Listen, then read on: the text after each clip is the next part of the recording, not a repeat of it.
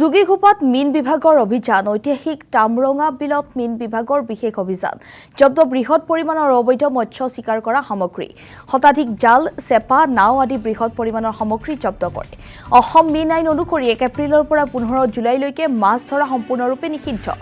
আইন অমান্য কৰি একাংশ দুষ্ট চক্ৰই তামৰঙা বিলত মাছ ধৰাৰ অপচেষ্টা মাছ ধৰিবলৈ ব্যৱহাৰ কৰিছিল 7 সেন্টিমিটাৰ তলৰ বিভিন্ন জাল অসম মীন উন্নয়ন নিগম লিমিটেডৰ নামনি অসমৰ মাণ্ডলিক প্ৰকল্প পৰিচালক জয়ন্ত দৈমাৰীৰ নেতৃত্বত চলে এই অভিযান উত্তৰ হালমাৰা আৰক্ষীৰ সহযোগত চলাই এই অভিযান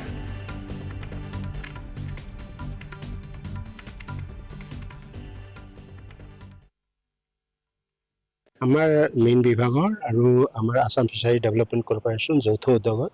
প্লাছ পুলিচ প্ৰশাসন আৰু এডমিনিষ্ট্ৰেশ্যনৰ ফালৰ পৰা আমি এই অভিযান চলাই আছোঁ অভিযান মানে আমাৰ যিটো ধৰক এই 1 এপ্ৰিলৰ পৰা 15 জুলাইলৈকে যিটো মাছ বেন পিৰিয়ড তাৰমানে ইয়াতে কি হয় প্ৰজনন ঋতুটো এইটো সময়ত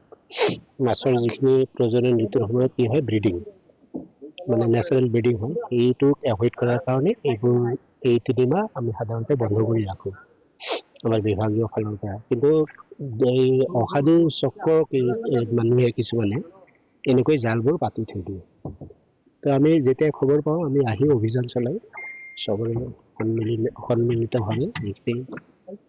জাল এনেকৈ পেলাই আমি জালখিনি চেছ কৰি লওঁ প্ৰথম হ'ল আমাৰ অসম মীন উন্নয়ন নিগম